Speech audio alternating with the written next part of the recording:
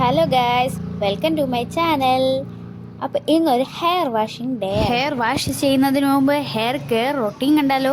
അപ്പോൾ ഞാൻ എൻ്റെ ഹെയറിൽ യൂസ് ചെയ്യുന്ന ഓയിൽ എടുക്കുന്നുണ്ട്. ഓയിൽ എടുത്തിട്ട് തലയിലെല്ലാം നന്നായിട്ട് തേച്ച് പിടിപ്പിച്ചെടുക്കുകയാണ്. നന്നായിട്ട് തേച്ച് പിടിപ്പിക്കുക. നമ്മളെ വിരലുകൾ കൊണ്ട് വന്നിട്ട് പതിയെ പതിയെ മസാജ് ചെയ്യുക.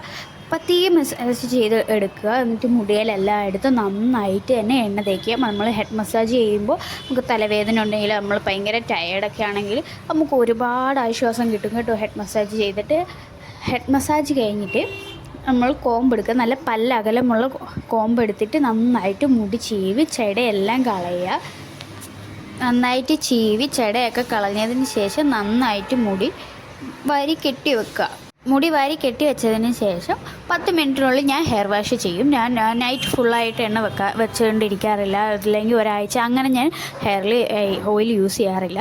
പിന്നെ അത് കഴിഞ്ഞിട്ട് ഞാൻ എൻ്റെ മുഖത്ത് ഒരു പാക്ക് ഇടുന്നുണ്ട്. ഇത് കസ്തൂരി മഞ്ഞളുടെ പൗഡറാണ്. ഇത് ഞാൻ പർപ്പിളിൽ നിന്ന് വാങ്ങിച്ചതാണ് കേട്ടോ.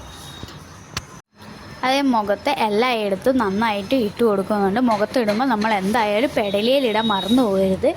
അല്ലെങ്കിൽ മുഖത്തിനൊരു കളറ് പെടലിയിൽ ഒരു കളറായി പോകും. അപ്പോൾ ഇന്നത്തെ വീഡിയോ ഇത്രയേ ഉള്ളൂ ഗായ്സ്. Bye bye.